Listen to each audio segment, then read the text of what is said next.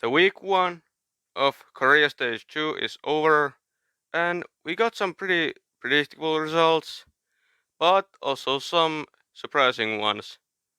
So let's recap and talk about week 1.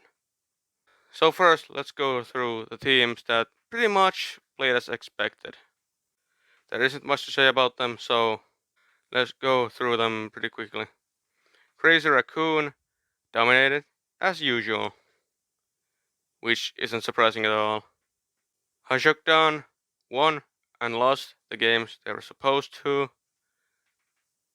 and honestly, depending on who you thought should have won the game between them, Vec and Old Ocean played as expected. Yeah, there isn't really that much to say about them, so let's move on to the more interesting teams. Starting with Fnatic. They went 0-3, which is not a very good look. Sure, losing to Crazy Raccoons and Zeta Division is not really that bad, and they were able to take 2 maps off of Zeta, which is at least something, but their biggest loss was against Pokerface. If Fnatic want to be in the top 4 and get that guaranteed playoff spot, they can't be losing against rival teams who are also aiming for that spot. It's not over for them, but they have 4 games left, and to get that spot, they probably need to win all of them. 0-3 start just isn't that good looking on paper and in general, and that doesn't give you much confidence going forward. Now let's talk about Zeta for a bit. They were able to beat Falcons 3-1, which is really good. They looked good in every map. Well, maybe except for the third one. In push, they kinda got dominated by the Falcons, but in every other map, they were looking really good. But does this mean they are the number 2 team in Korea/the world? Well, it's too early to tell. Can they compete against Crazy Raccoons and challenge them even a bit?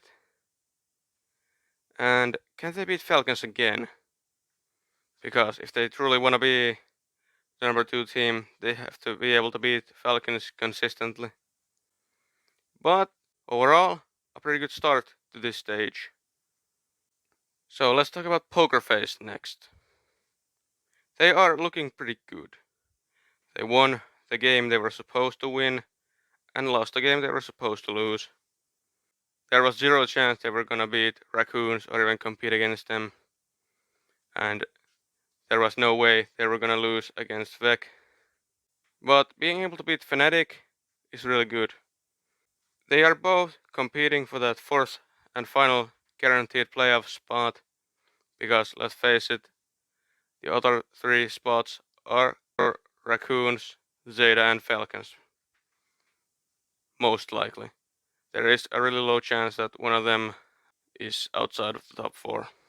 But, to take that top 4 spot, you have to be able to beat the other teams competing for that spot, which Pokerface actually did. And they just had a pretty good start to their stage. Now, Falcons.